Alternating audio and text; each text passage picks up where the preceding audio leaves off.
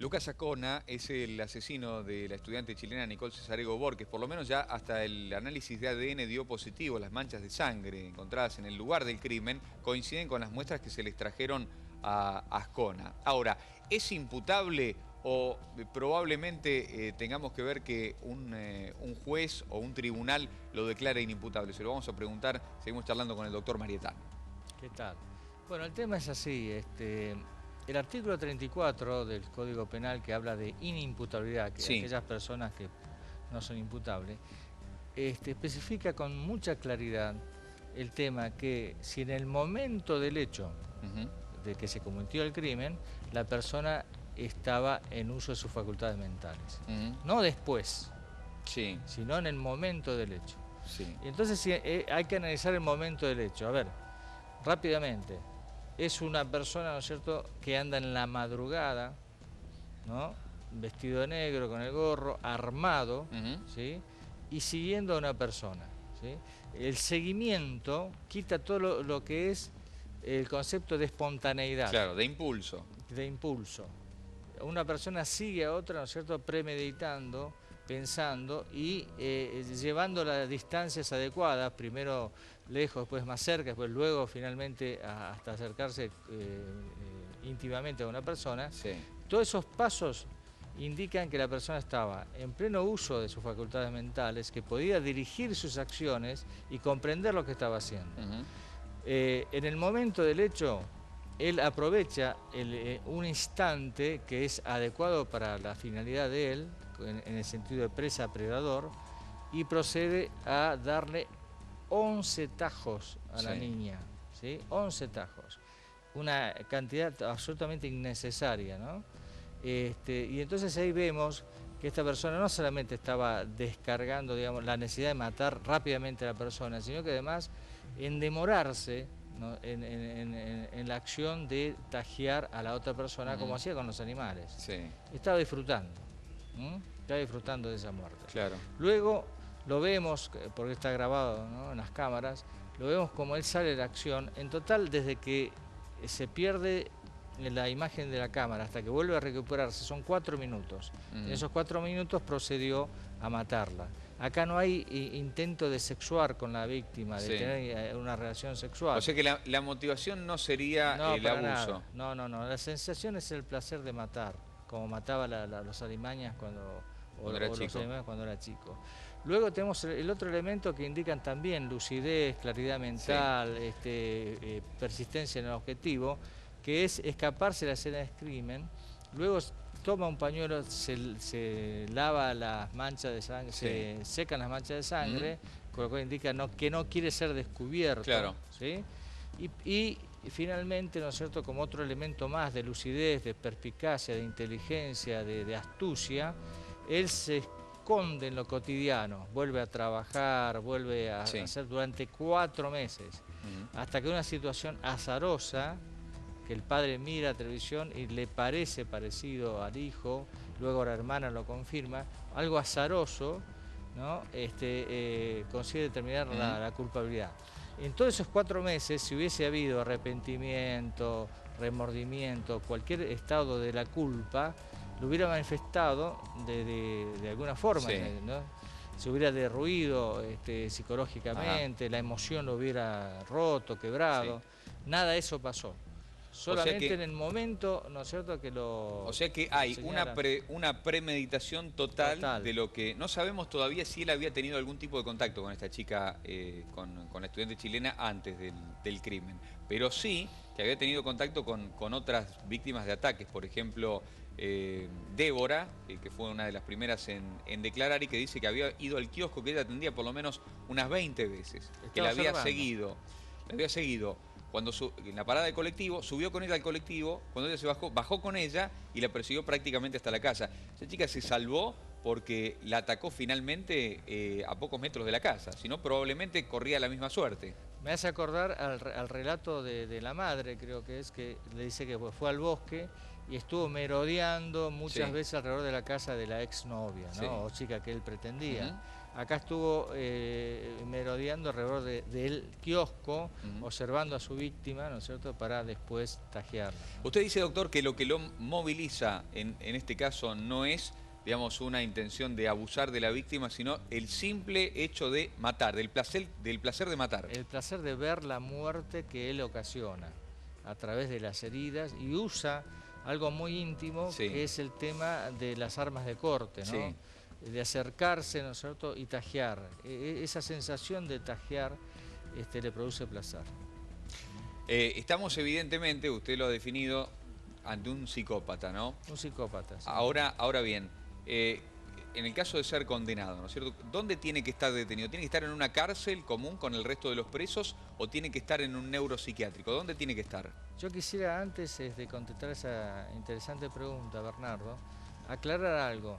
Hay algunos criminólogos que andan diciendo que fue un crimen desorganizado porque en el momento que él hace los tajos, ¿sí?, y procede a matar a Nicole, deja las huellas, deja su propia sangre, se lleva la ropa manchada, Sí. y eso ellos ven como un cariz de desorganización.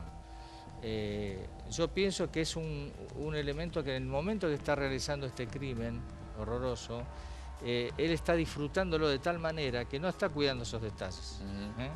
Está disfrutando del momento. Entonces ahí, como es un arma de corte, al punzar el arma de corte, se desliza y puede cortarlo a él.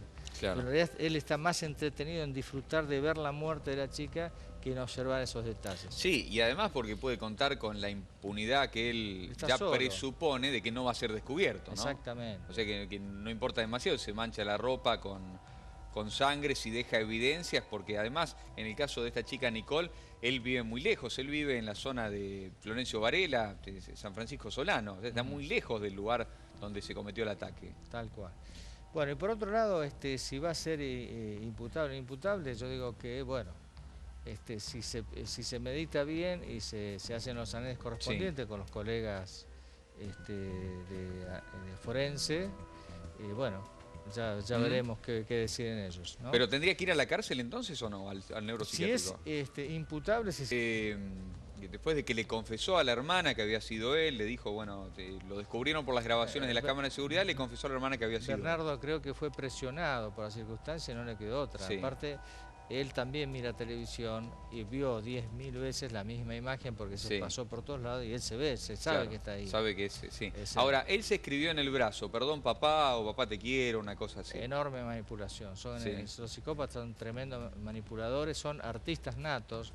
Por eso el abogado defensor, que duró unas pocas horas, lo ve como abatido, bradipsíquico. Dice, bradipsiquia es lentitud en los pensamientos y que se muestra a veces en el accionar, pero eso también es producto de la actuación de estas series. Son actores natos, ¿sí? Y pueden manipular a cualquier persona. Claro. Ahora, normalmente cuando este tipo de cuando alguien por violación va a la cárcel, ¿no es cierto? En la cárcel la pasa muy mal. ¿Qué le pasa a este tipo de asesinos cuando finalmente caen en prisión, cuando están en la cárcel? Ahora está en la cárcel de 6, ¿cómo la está pasando ahora?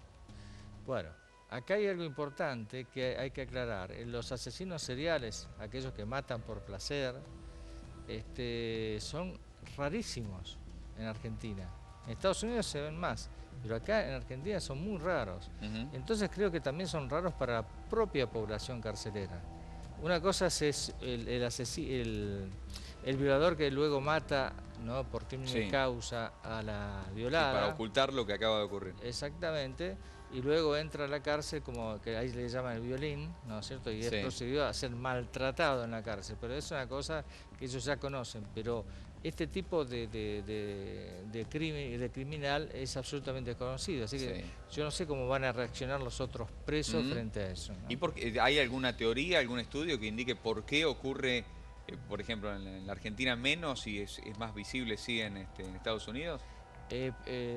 Hay una cosa de población. Ellos son cerca de 300 millones y nosotros somos 40 pensé que era millones. proporcionalmente, está bien. Claro, está bien. Somos 40 Vamos a millones. escuchar, doctor, le propongo el relato de una de las víctimas de los ataques de Lucas Ascona. me agarró y yo venía de comprar de 24 horas y venía caminando tranquila, nunca pensé que venía atrás mío. Y cuando miro para atrás, él venía, o sea, siguiéndome y, o sea, yo lo único que hago es caminar un poco más rápido. Y cuando intenté caminar, me agarró de atrás y me dijo que me quede tranquila, que no grite. Yo le digo, por favor, que está el nene, que no tenía nada, porque no tenía nada, o sea, venía de comprar una barrita a mi hijo, que era lo único que tenía. Y agarra y dice, vamos para allá. No, le digo, no, por favor, que ahí viene mi marido.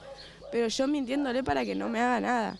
Y agarra y dice, bueno, vamos para el otro lado. No, por favor, le decía, ahí está mi hijo. Lo único que decía, por favor, le pedía por favor que no me toque, que no me haga nada. Y dice, bueno, a ver, lo único que hago es levantar pensando que me iba a revisar acá.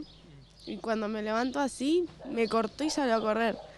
Lo único que hice es corrí para agarrar y irme y buscar a alguien que me ayude.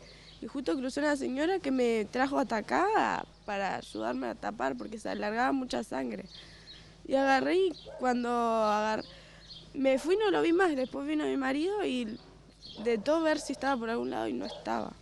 Después un día yendo para la 844 iba a comprar y él venía con un montón y lo miro a la cara así y era él. Me puse a temblar y María me pregunta qué te pasa y le digo, es él el que me robó, es él. Y agarra y no le dije que haga nada porque, o sea, estaba con un montón igual que él y yo tengo miedo que le hagan algo a él. Y agarró y él se reía. Y agarro y después un día también yendo para la 24 de Monteverde venía él solo, con una camisa y el mismo gorro. Y agarro y le digo, es él, es él. Y agarré viendo a ver si había algún patrullero o algo y no había nadie en la calle. Y cuando me di vuelta ya no estaba más, no sé si corrió, no sé. Cuando lo viste en la tele, ¿qué te pasó? Me puse a llorar. Porque era él, yo con el video lo reconocí, era él. El mismo vestimenta, la misma mochila, todo lo mismo. ¿Tenés alguna idea de lo que quería hacer con vos en ese ataque? No sé, porque en un momento me dice, dame el nene. Y yo pensé que me quería robar el nene. Pero hoy en día pienso y capaz que me quería sacar el nene para lastimarme a mí. ¿El corte con qué te lo hizo? Me parece que era un bisturí porque me cortó directamente. Y se fue corriendo. ¿Sangró mucho? ¿Fue una herida profunda? Sí, sangró mucho. Sí, hasta en el hospital me decían que me querían poner la tráquea, que por un poco me ponían la tráquea. Y yo tenía miedo de que me pongan la tráquea. ¿Estás más tranquila que ahora él está preso? Ahora sí, ojalá que quede adentro. ¿A tu hijo le pasó algo en este incidente? ¿Sufrió algún golpe? No, pero lloraba asustado. Lloraba un montón. Cada vez me doy vuelta voy caminando y viene alguien atrás y me doy vuelta. Tengo miedo igual. ¿Qué esperás que le pase a Lucas Ascona? Que no salga más de ahí adentro. Que se quede para siempre adentro. Porque es un loco. Doctor, confirma el mismo, esta víctima confirma el mismo modo de proceder, un bisturí o un escalpelo y El traje. la vestimenta, ¿no? La mochila, el pantalón negro, el gorro oscuro, de lana. Sí, y la misma sistemática, ¿no? Justamente va manifestando el patrón, ¿no? El patrón de conducta, que es muy parecido a lo que usan los asesinos seriales, ¿no? Y también los otros casos que no salieron ahí, pero más o menos lo mismo. Seguimiento, ¿no es cierto? Tratar de acorralar a la víctima o de llevarla a un lugar como para proceder a cortarla. Y en este caso le decía, dame el chico para sacarse el chico de encima, ¿no es cierto? Y cortarla a ella sola. No, ¿no? el testimonio de esta chica que escuchamos recién es realmente escalofriante. Sí, sí, tremendo. Escalofriante. Además porque le dijeron en el hospital, se veían las marcas en el cuello, pero le decían en el hospital que la herida iba directamente a la tráquea, que por milagro no la terminó matando también. Exactamente. Antes de huir hizo el tajo mortal. O sea, es una persona que sabe cómo matar, ¿sí? Lo que pasa es que el apresuramiento hizo que no fuera suficientemente profunda la herida como para, pobrecita esta niña, terminar muerta, ¿no? Pero si no tendríamos otro caso. Bueno, no sería de descartar entonces que pudiera haber existido algún caso de otra muerte, teniendo en cuenta la cantidad de ataques que han surgido simplemente en poco más de una semana, pero en poco más de una semana de que fue identificado una cantidad de casos que se conocieron, ¿no? Exactamente. Y por otro lado, Bernardo, hay que pensar que el caso de Nicole tiene tanta contundencia, tanta eficacia en todo lo que hizo, tanto de perseguirla, herirla y de muerte y luego huir, es muy difícil pensar como que sea un caso inaugural de este asesino. Sí. Yo pienso que este es un punto, pero hay que mirar hacia atrás, a ver qué pasó, ¿no? Y bueno, hacia adelante ya tenemos todos estos casos grabados. Sí, bueno, recordemos que un mes después, a mediados de agosto, se conoció, bueno, él llamó por teléfono, lo mismo que había hecho antes, llamó por teléfono al trabajo, dijo que no podía ir porque tenía una herida en un pie. Bueno, aparentemente era un disparo, un tiro, Claro. que un grupo de familiares y allegados a una chica a la que él había atacado, le realizó cuando trataron de lincharlo, literalmente. Sí. Exactamente, sí. Bueno, ahí tenemos, ¿no? Otra vez, la repetición de los casos, ¿no? Sí. Muy bien. Doctor, le agradecemos muchísimo, como siempre. Un placer. Doctor Hugo Marietán. Vamos a hacer una pausa.